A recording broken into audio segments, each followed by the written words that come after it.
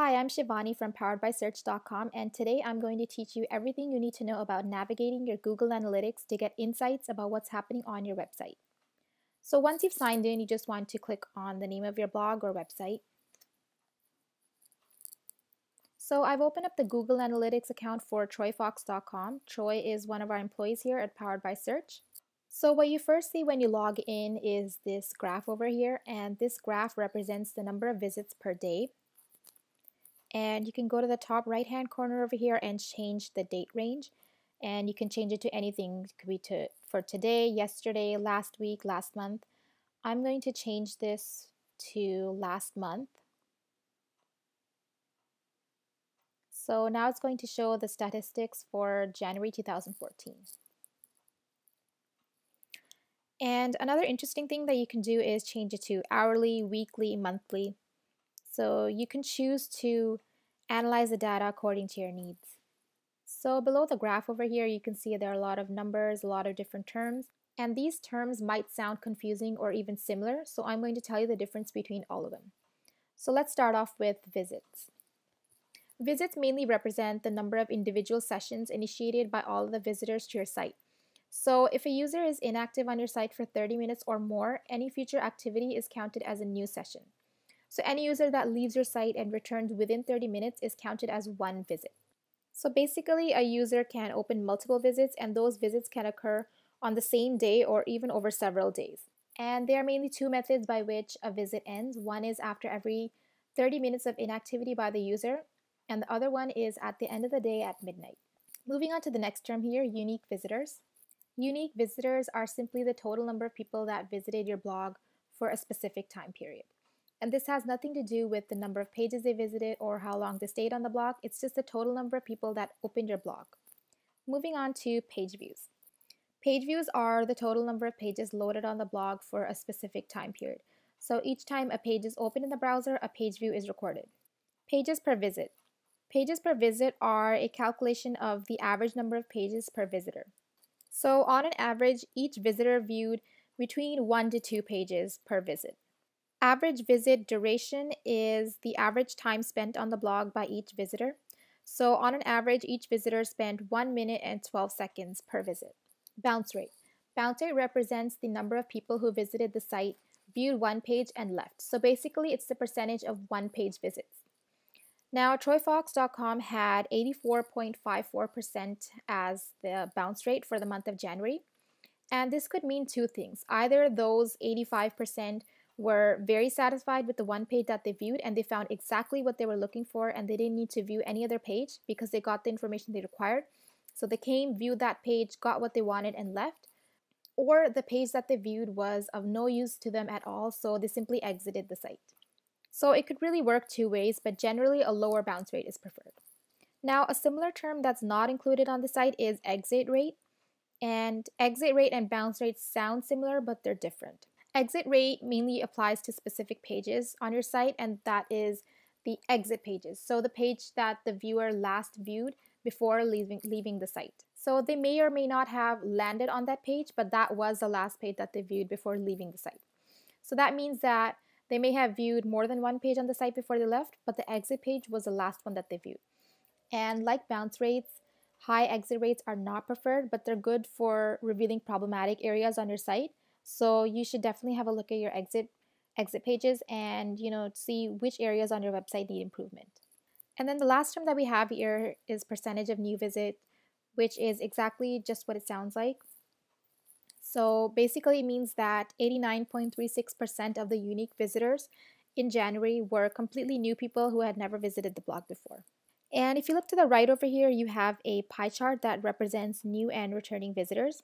And according to it, in the month of January, there are approximately 11% returning visitors and 89% new visitors. And it's always good to get new visitors, but you do have to put in effort to have the old visitors coming back to your site again and again. And another term that isn't shown here, but I do want to talk about, is unique page views. And yes, it is different from page views. So unique page views are actually a subset of page views. So they're always going to be lower than the total page views. And in the case of unique page views, each visitor is counted only once, irregardless of how many pages he or she opened. And unique page views are mainly different from total page views because they eliminate multiple page views from the same person. So if a person visits a site 5 times, it is counted as 5 page views, but only one unique page view because all of them came from the same person.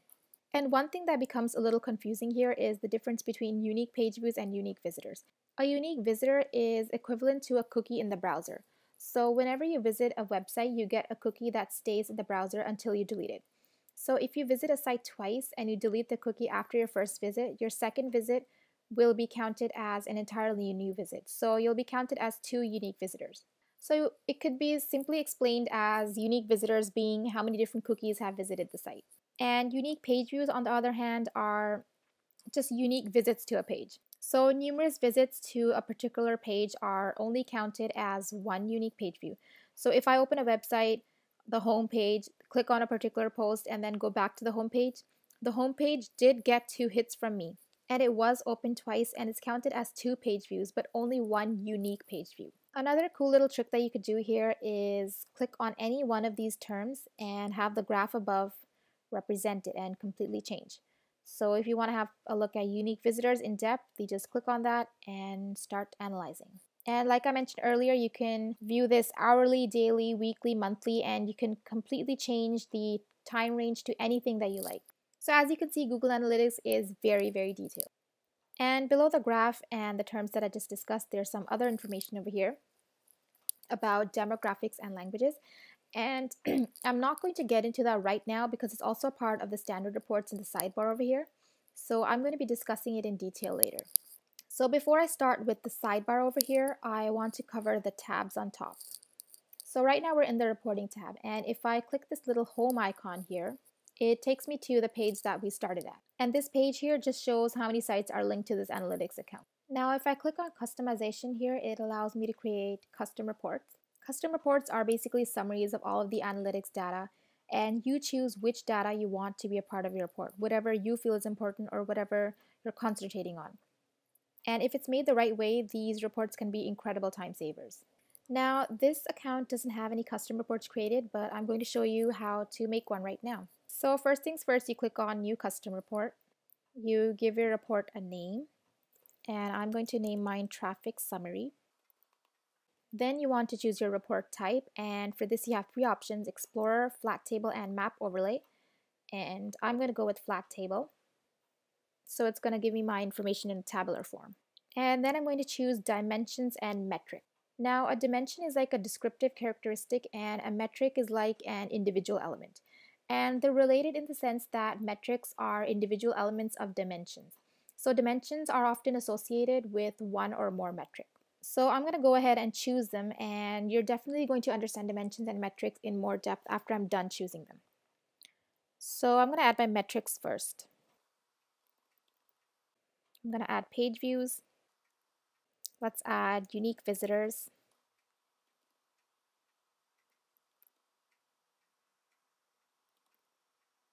So I'm done adding my metrics. Now I'm going to add my dimensions. I'm going to add source. And let's add country. So these dimensions and metrics are going to be a part of my flat table. And an easy way to explain this is that the metrics are going to be like the columns of the table and the dimensions are going to be like the rows. So basically I'm going to have a lot of information about the page views, the unique visitors, and how much time the visitors are spending on the page, all of that based on the source where they're coming from and the country where they're coming from. But you'll understand that in more detail once I click save and the table is generated. And you can also add a filter if you like, and it'll just help out in leaving out things that you don't want in case you don't want all of the data to be a part of the table. So once you're done adding your filter, if you want that and all of your dimensions and metrics, you're just going to click on save. And it's going to give you a report. So here in the table, I have my 2 dimensions, source and country. And then I have all of my metrics: page views, unique visitors, average time on page, and bounce rate. So basically it shows me all the metrics for the different countries that they're coming from and the sources that they're coming from. So now that you know how to generate a custom report, we're going to move on to the admin tab. You can have access to information such as account, and property, and those are really more important to the actual owner of the blog. So you can access things such as your account settings, your property settings, and all of that. But what I mainly want to talk to you about is all of the information over here. So if you click on view settings over here, you can see some information regarding the time zone of your blog, e-commerce settings, and site search tracking, etc. But I'm not going to click on it because it has some confidential information such as the view ID, so I'm going to skip that part. And you can also check out the goals and the filters area, but there aren't any set for this account at the moment. But mainly you can just set some goals which are just the main things that you want your visitors to do. And it's a good way to measure how many times a visitor completes one of your goals and a conversion takes place. And filters over here allow you to limit specific data that you don't want to be a part of a report. And below that we have personal tools and assets. So we have segments over here which allow you to isolate specific types of traffic within your Google Analytics reporting. Then we have annotations, and they're mainly for letting users leave notes on the graph, so you can mark important happenings according to the date on which they happen. So let's create an annotation right now. You're going to go back to the reporting tab, and I'm going to create an annotation for the month with the highest traffic. So Troy's blog was actually started in June 2010, but he didn't make an analytics account till January 2013. So I'm going to set this date to January 2013. It's going to be a custom date. And it's going to be till February 2014. And I'm going to set this to month. So traffic-wise, his highest month was in October 2013, and it had 1,421 visits. So to create an annotation, I'm just going to click on this little arrow below here, and I'm going to click on Create New Annotation. So this is going to be for October. I'm going to click on October. I'm going to have to click on that again. So it's set for 1st October 2013, and I'm just going to write highest traffic till present, and that is beginning of February 2014. And then you're just going to click on Save. And that's how you make an annotation. So I'm going to go back into the admin area, and there's our annotation, highest traffic till present. And the next thing that we have to discuss is attribution models. Now, attribution modeling is an intense topic and also a very broad topic. So I'm not going to go into too much detail here. I'm planning on making a separate video for that, but I am going to give an introduction. Attribution modeling is basically concerned with determining the value of each customer touchpoint that leads to a conversion, and it really helps in understanding your customer's journey. So to make an attribution model, you click on New Attribution Model, and you give your model a name. I'm not going to actually make it, but I'm going to give you a brief introduction of it. And then you choose one of the baseline models. So you have the options of linear, first interaction, last interaction, time decay, and position based. In the linear attribution model, each touchpoint in the conversion path shares equal credit for the sale. So if there's a conversion path with 4 channels, each channel would get credit for 25% of the conversion. And this is a good way to evaluate the overall contribution of your channels. In first interaction, the first touchpoint receives 100% of the credit for the sale. And this is a great method for new companies who want to know how people find them the first time and convert. Last interaction model is the one in which the last touchpoint gets 100% of the credit for the sale. In the time decay model, the touchpoints that are closest in time to the sale or conversion get the credit. And this is something that you would want to use when there's a promotional offer going on your site. In position-based, 40% of the credit is given to the first and the last interaction, and the remaining get 20% distributed amongst them evenly. So that was just a brief explanation of attribution models. And then we have custom channel grouping. A channel grouping is a set of labels where each label is applied to a channel or a group of channels that you would like to see in your report. So when you define the channel grouping, you specify which channels belong to which label. And then we have custom alerts. So Google Analytics has an engine that monitors your traffic and your posts and alerts if it sees something unusual.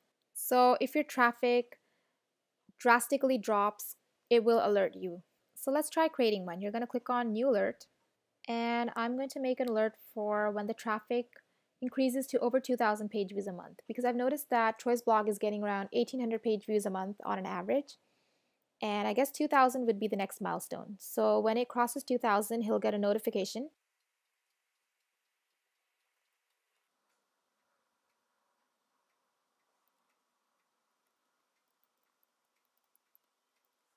So once you're done filling in all the information, you're just going to click on Save Alert.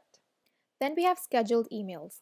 So with scheduled emails, Google lets you export any of your reports and you can schedule it to be emailed daily, weekly, monthly, even quarterly. So for this, you go to your reporting tab and you click on email and you can write in your email address and you can check if you want it to be sent to you weekly, daily, whatever you like, even quarterly. So that's how you would schedule an email. And going back to the admin area, we have shortcuts left. Shortcuts are actually really cool.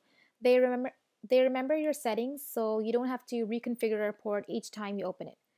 So to create a shortcut, you go over to the reporting tab and basically you just make some customizations according to your needs, and then you can save it as a shortcut and it'll show up in your dashboards. So let's say that I want to create a shortcut for a report that compares visits and page views monthly. So I have visits. I'm going to select a second metric, page views, and I'm going to switch that to monthly. And let's do that for last month, just so that it shows us the graph like a little dot. So when you hover over the dot, it tells you the visits and the page views. So basically now this graph is going to give me a comparison of my visits versus my page views each month. Now to save this, I click on shortcut over here and give it a name. I save that, and now we have it as a shortcut on the side. And all the shortcuts that I create are going to be here in a list form. And when I click on my shortcut, it's going to come up. So this is a really good time saver. And the last thing that we have to discuss in the admin area are share assets. And they mainly allow you to share custom reports and add dashboards.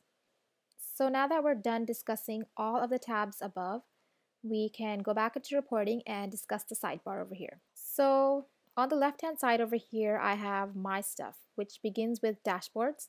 So if I click on my dashboard, all this stuff pops up. And we get all of these widgets over here all on one page.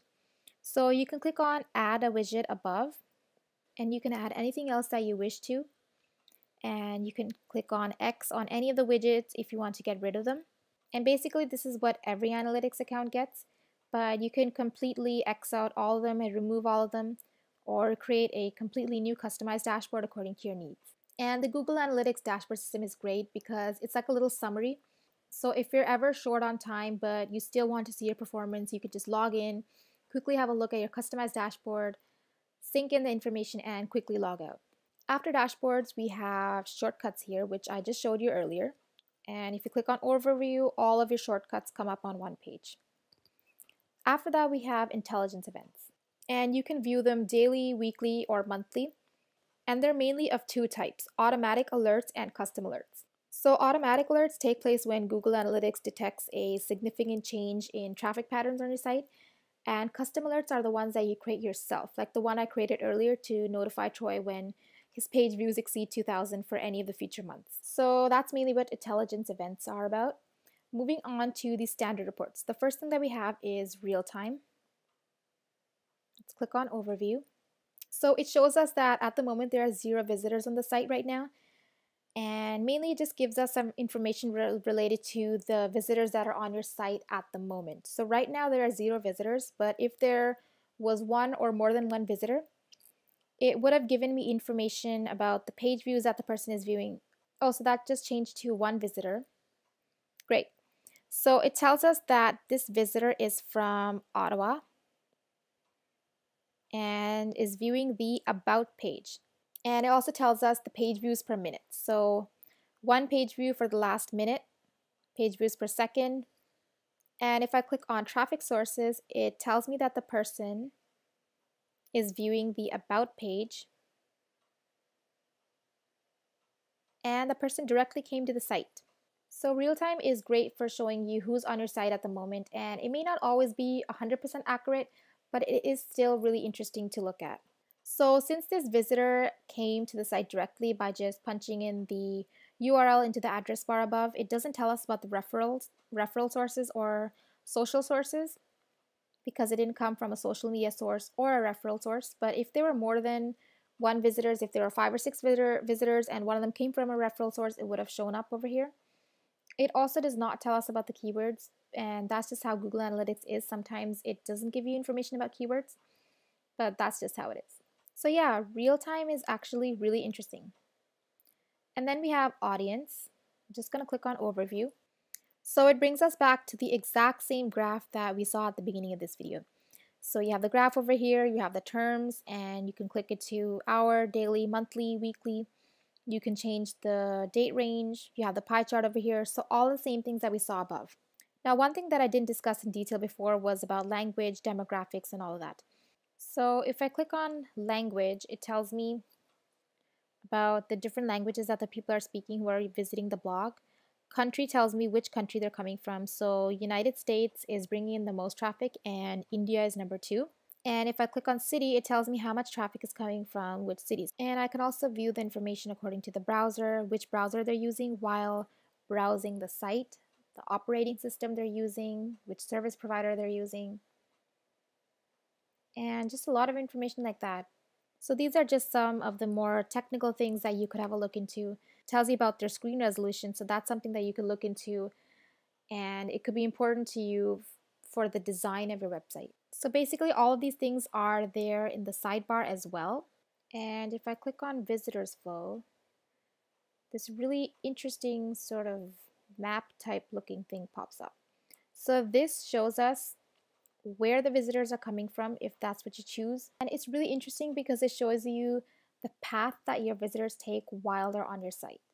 So right now it's set to country, but I could change that to anything that I like. Let's change that to source. So now it completely changes and it tells us where the people are coming from and where they're going. So it tells us that for the month of January 2014, 990 people came from Google. And some people came directly, some people came through Facebook, and some other sources. So people who came from Google mainly went to this page over here. So this tells us that this is one of the top performing pages. I guess something that would have a great rank in Google. Some of them went to this page over here and just various pages on the website. So it mainly tells us where they came from, the first page they viewed, the next page they viewed, and which were some of the exit pages. So you can sort of trace the path that the visitors went through while they were on the site, where they came from, where they went after that. So it's showing me that some people came from Google and they went to this page over here, how to speak clearly. Then they went to this one over here, how to improve speaking skills in 7 steps. Then they went to 13 additional pages. So it tells you a lot about the source that they're coming from, the starting pages, first interaction, second interaction. And one thing that I can see over here is that most of the Google traffic is leading to this page over here, but the visitors are not visiting any page after this. So this is one of the exit pages. So this, just like real time, is one of the really interesting things that you can have a look at in Google Analytics. And you can also change the level of detail. So you can go towards show more connections and really go into the details of the visitor flow. So after audience, we have acquisition. I'm going to click on overview. And this is one of my favorite parts of Google Analytics because it tells you where your visitors came from, how you acquired them. So it tells you how many of them came from Google through organic search, how many directly punched in your URL into the address bar and came to your site, how many came through referral sources, social, and other sources. So if you click on these in the sidebar over here, it just gives you a lot more information in depth. So I can click on channels. It'll tell me all the channels and it'll tell me the visits per channel, percentage of new visits, the amount of new visits, the bounce rate. So it'll give me all of that information for all the different channels. And for even more information, I can click on all traffic over here. And it'll tell me the names and the URLs of the places where the traffic is coming from. So a lot of it is coming from Google and it's organic traffic, which is excellent. A lot of it is direct, some of it is from Facebook, and then we have some other sites over here which are referral sites, so that's actually really good. And you can go to the second page of this and really look into detail and see where your traffic is coming from, which websites are referring to you, which websites are linking to you. Then if you want to have a look at referrals in more detail, you can click on all referrals and it tells you all the sites that are referring to you. Then we have campaigns. Campaigns mainly give you information on how well your campaigns are working. So if you're running a Google AdWords campaign, this is the place that you would want to be.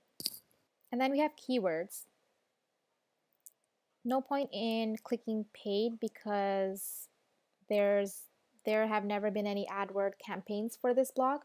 But if you click on organic here, it tells you the different keywords that you're ranking for and different keywords that people are searching in Google and finding your blog, clicking on your link, and actually coming to your blog. So these are some different keywords over here that the blog is ranking for.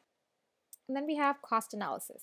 The cost analysis report shows data for the performance of your paid marketing channels. So it compares the cost of each campaign with its revenue and helps in calculating the ROI. And it's really helpful in letting you know how each campaign performs, and it's great for getting insights on Google AdWords and even other non-Google search engine campaigns. Then we have Google AdWords. So Google AdWords is an excellent place to be if you have an AdWords campaign going on, and you can link your AdWords account to your analytics account and get plenty of information on how your campaign is doing. And linking your AdWords and your analytics to each other is highly recommended because it allows you to view your AdWords click and cost data alongside your analytics site engagement data. So it's quite helpful. And once you have that done, you can just check out how your campaign is going, adjust bids, have a look at your keywords and clicks, and match search queries, which allow you to see search queries that match your keyword list, and just see how people are searching related to your products or services and refine your keywords accordingly. Day parts over here let you view your stats based on a specific hour of the day and day of the week based on your time zone. And this is great if you're selling products or services within a particular region or country. And this is an advantage to those people who want to target their ads to specific hours of the day or days of the week. But if you're selling worldwide, this won't be of much concern to you. Then we have destination URLs, which tell you about the URLs on your site to which you redirected visitors from your AdWord ads. The next thing that we have is the placement tool, and it's actually quite similar to the search focus keyword tool in AdWords. And it helps you in locating placements to target, so you can punch in a word or a phrase and get back recommended placements. Input a URL of the type of a site that you would like to advertise on, or a category of sites that you're interested in. And keyword positions over here lets you see the keywords for which your ads were displayed and the number of visitors those ads brought to your site and which position these ads appeared in the search results. And then after AdWords, we have social. Now social displays the amount of visits that came from social networks. So if I click on overview, it tells me that from 1,203 visits last month, 22 came from social networking sites. So it tells us which sites those visits came from, such as Facebook, Twitter, and some other sites over here. And you can also click on view full report to go into details. So compared to 1,200 plus visits, 22 is quite a low number, and this is something that can definitely be improved because we all know the power of social media and bringing in traffic for blogs. And if we click on network referrals here on the side, it lets us go into more depth, and it tells us how many visits came from each network, how many page views they generated, and how long the visitors from each social network stayed on the site. So it gives you insights on how each social network is performing, which ones are your top networks, and the ones which you need to concentrate on more. Then we have Data Hub activity, which generates a report which shows us how people are talking about and engaging with your site on social networks. And it hasn't been activated over here, but it allows you to see the most recent URLs people have shared, where they have shared them, and what they've said. But mainly, in order for this to work, you need to publish a global activity feed from your social network, and those feeds need to be delivered to the social data hub. And this blog has not done that, so unfortunately I can't go into much detail here. But after that, we have landing pages, which show you the pages people are landing on from social networks. And on the side here, we have a bunch of metrics that we've seen before and we've discussed, and it's all pretty self-explanatory, so I'm not going to get into that. But if I click on one of the URLs, it tells me how many clicks came from which social network, and it also gives me two graphs over here, which show me the visits for the URL versus the visits from social network. Then we have trackbacks, which let you know which sites on the internet are talking about your content and linking to it. So it lets you see all of the backlink URLs to your site. So in the month of January, Troy got a link from the Powered by Search blog for one of the articles that he wrote. Moving on to conversions. The conversions report lets you know the value of your social traffic. So it shows the number of conversions that take place and the monetary value of each of them. Plugins let you know which social sharing or following buttons are clicked on and for which content. So if you have a Google Plus One button or a Facebook Like button on your site, you would want to have this section functioning so you can know which articles of yours are being liked or shared or plus one and are socially successful. And then lastly, we have visitors flow, which is just like the visitors flow chart we saw earlier, except that this time it shows visits coming from social networks, but you can change that to anything you like, of course. Moving on to search engine optimization. If I click on queries, it shows me what people are filling into Google to reach your blog.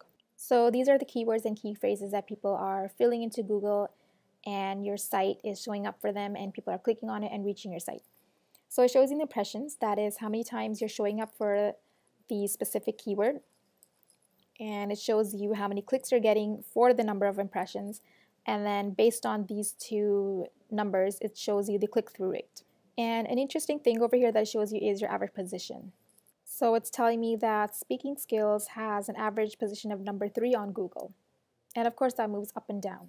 Landing pages show you the main pages of your site visitors are landing on when they click on a query for the terms that you're ranking for in Google. And the results that we have here are very similar to the queries we saw earlier. So you can see the page for Speaking Skills bringing in the second most amount of traffic. And geographical summary tells you where your most search traffic is coming from, country-wise. And as you can see, this blog is doing pretty well in India and the US. And the first page over here just tells you your top 10 countries, but you could, click on the arrow and get into more detail. Moving on to behavior. Now the overview over here is pretty much just a repeat of what we saw earlier, so I'm going to skip that. But if I click on behavior flow, it gives us another one of those flow charts showing the path that visitors take, and it's based on landing pages, but you can change that, of course. Then we have site content. Now I'm going to skip the first three because they're pretty general and self-explanatory, but I am going to explain exit pages. Exit pages, like I mentioned earlier, are the last pages that your visitors view before leaving your site. And they're considered problematic areas because you want people to stay on your site for as long as possible, and you want to prevent them from exiting for as long as you possibly can. So it's great that Google Analytics lets you know your exit pages so that you can improve on those areas. And a solution here would be to interlink your posts. So after reading the post, your visitors find another post to read, so that way they stay on the site much longer. Site speed tells you information on your site's loading time, such as the page load time, redirection time, page download time, and more. And if you click on page timings, it shows you your pages. And if I click on average page load time, it gives me the load time per second.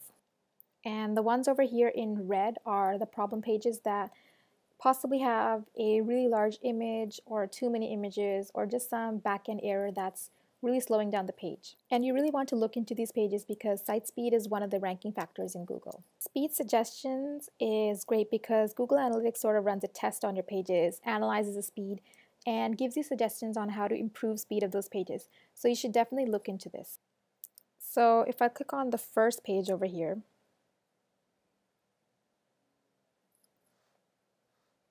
it starts analyzing the page and ends up giving me suggestions on how to improve the speed. So that's something that's really interesting. Then we have site search. Now, site search has not been set up on this blog, but site search mainly gives information on how the search engine on your site is being used. And by search engine on your site, I mainly mean the Google search bar that some blogs have on their site. So the site search reports provide information on how many of the visitors on your site use the search engine on it and what they search for. Event tracking lets you track your user interactions such as downloads, ad clicks, flash elements, video plays, and much more. And then we have the AdSense area. Now, Troy's blog is not monetized, so I'm not going to be able to give too much information about AdSense, but I'm still going to give a brief introduction. The AdSense area over here just gives you a little summary of what's going on with your AdSense account, how much money you're making with your ads, the number of ad clicks you're getting, and which ad sizes are doing better than others. So that's basically all I can tell you about AdSense in relation to this analytics account, but we do have an entire AdSense tutorial planned for the future, so stay tuned for that video. Experiments lets you test different landing pages to see which ones help the most in goal completion, and it allows you to test up to 5 different variations of a page. So basically you fill your URL and you click on Start Experimenting, and I won't be able to show that because I'm not an account administrator, but it's all pretty basic. Then we have conversions. The first thing we have in relation to that is goals. Now goals help you in measuring how well your site achieves its targets. So it helps in keeping track of conversions that take place. E-commerce is great to use if you're selling a product on your site, so it reports all of the e-commerce activity on your site. And multi-channel funnels basically give you an idea of how your marketing channels work together to generate sales and conversions. And the reports are generated from conversion paths and the sequences of interactions that take place and lead up to each conversion and transaction. Attribution, which we did before as well, just evaluates the effectiveness of your channels and traces your visitors' paths to conversion. So that was an explanation of Google Analytics. I hope this video helped you all in understanding analytics better, and I hope it helps you in analyzing your account for your blog or site. And if you have any questions, then please comment down below and I'll get back to you as soon as possible. Thanks a lot for watching, and don't forget to visit our blog at www.poweredbysearch.com/blog.